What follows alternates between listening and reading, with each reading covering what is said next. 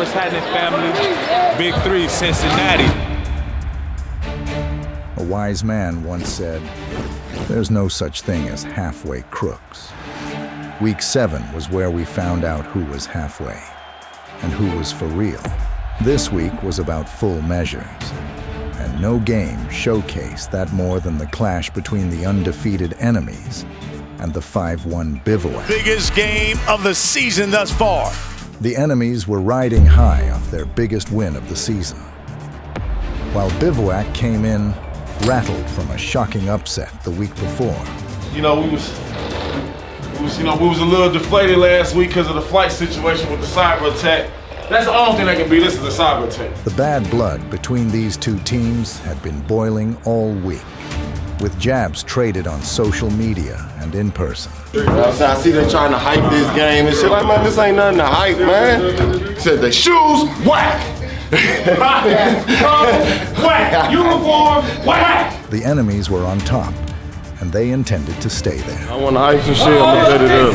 Let's find out who's the best team right now in the league. It's the enemies taking on Bivouac. This game played out like a movie. Jordan Crawford took the hype personally, letting Bivouac know after every bucket. He can't just shoot after he hit me. There's a lot of fouls going on here. Hey, yo, if y'all want him to win, let me know. Isaiah Austin did what Isaiah Austin does: dominate. Look at Johnson and Austin. Here's Johnson. Tries to bully in Austin. That is rejected. Look at this. Biggest game of the season. And they're playing like it. But Brewer and Green were right there, matching them, step for step. Game plan, don't put no fear in my heart. You trick. The first half ended with the enemies clinging to a 3-point lead. Crawford, open from the corner for 3. Knocks it down.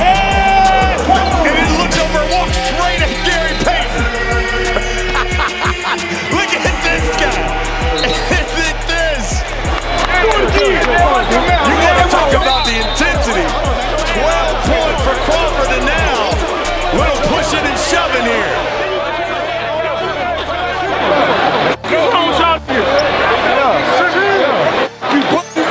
They just happy to be here. This is a regular game for us. Don't let the coach be crazy. I'm happy to be in this bitch too.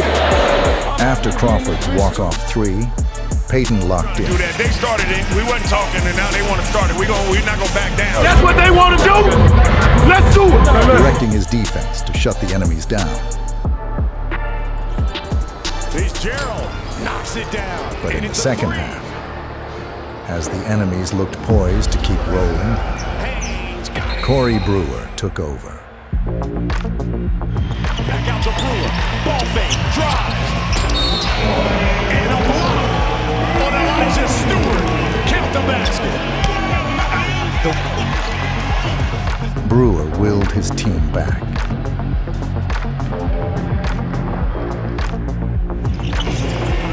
Game point. Garland Green. Drives the baseline. Spins. Brewer. And in the end, Bivouac handed the enemies their first loss of the season. Finish off the enemies. Their first loss of this season. The enemies could be beaten, and Bivouac was the team to do it. It's getting good in the BIG3. It's a new sheriff in town, and he got 9 fingers too. Talking all that shit. There ain't no fun when the boogeyman come out. Yeah, little bro. They little dogs. We wolves. The stakes were sky high across the board. The three-headed monsters, fresh off an embarrassing loss, were fighting to keep their playoff hopes alive against the 5-1 Threes Company, who were looking to move into a 3-way tie for first. We do our job, nigga. They gonna come out throwing punches and don't let them throw a wild card out. You understand? Don't let them throw a haymaker. Brandon Moss, one of the season's most impressive one-on-one players, wasn't ready to go down without a fight. Man, we ain't going home. Mama ain't raised him like that. Let's do or die. We trying to get to San Antonio. Just win the game. Now, this doesn't look like the team that only scored 18 points last week. And they're playing some outstanding basketball. I'll tell you what, this afternoon, bro.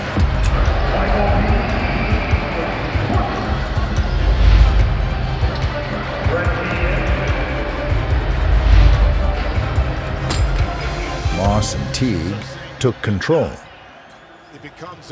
with Moss dropping 19 points and 12 boards, leading the Monsters to a 50-44 victory over Three's company.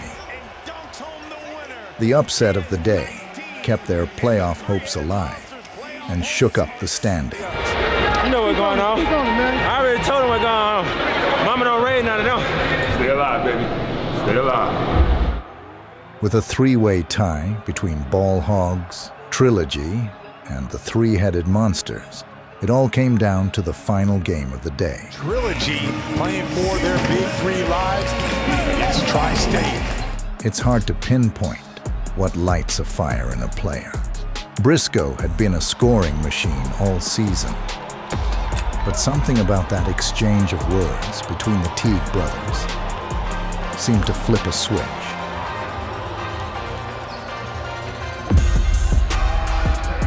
We may never know for sure, but what we do know is this.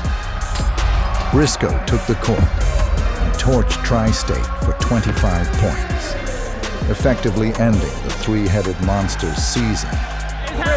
Talk about the three-game winning streak. It's happening. We can make history, because we the ones to do it. So we got a chance to do something great, and we gonna do it. Full measures were defined at the end of Week 6. With the Aliens and Three-Headed Monsters eliminated, only 8 teams remain. But even more resounding was Bivouac's statement over the enemies. Now the road to Boston begins, where every battle leaves scars, and only the strongest are left standing tall.